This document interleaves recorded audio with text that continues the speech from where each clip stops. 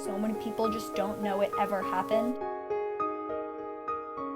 Each one had a story, right? Each one had come to America in the hope of a better life. Each one was probably supporting other family members, so that the loss was it was incalculable. When there was a fire, the girls were locked in and couldn't get out. They were jumping from the upper floors of the factory.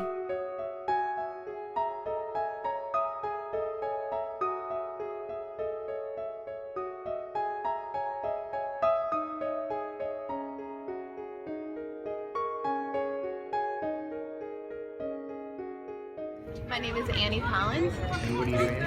I'm the Senior Vice President for Programs and Education at the Lower East Side Tenement Museum. So the fire took place on March 25th, 1911. So this Friday will be the 105th anniversary of that fire.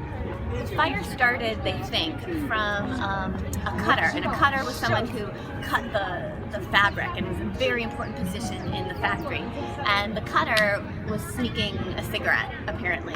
And what they think is that the cigarette kind of fell into a bin. The fire started on the 9th floor. The factory itself was on the 8th, 9th, and 10th floors of the building. The fire department came right away. However, its ladders only reached the 6th floor of the building, and so they were helpless. I mean, imagine the fire workers, the firemen standing there unable to kind of reach these women. There were 146 victims. About 120 of them were women.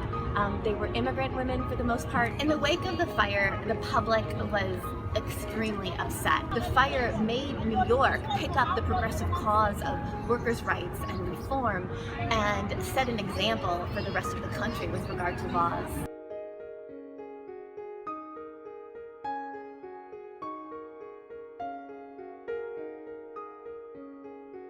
As a born and bred New Yorker, I grew up with the story of the Triangle Fire, and I always wanted to make something about it because I'm an artist. And in 2004, I just emailed a bunch of my friends and asked if they would be willing to go to the homes of the victims and write the names and ages of the Triangle workers in front of their former homes to make a public memorial of our own.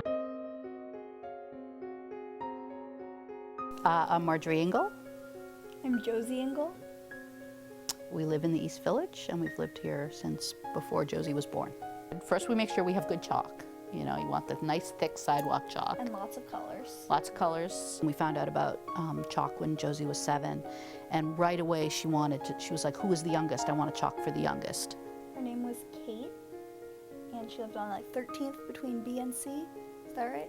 11th? 11th. I think it's 11th. 11th Street. And it just sounded like this absolutely lovely way to both remember the victims and to remember the history of the city, because it's so visceral, getting down on your knees and feeling the pavement and cement under your feet. When you're writing in chalk, you're writing in something that's going to wash away, and there's something powerful about that too, that nothing is forever, and so it's important to make a difference while you can. And it's also important to remember that change, nothing is constant except change.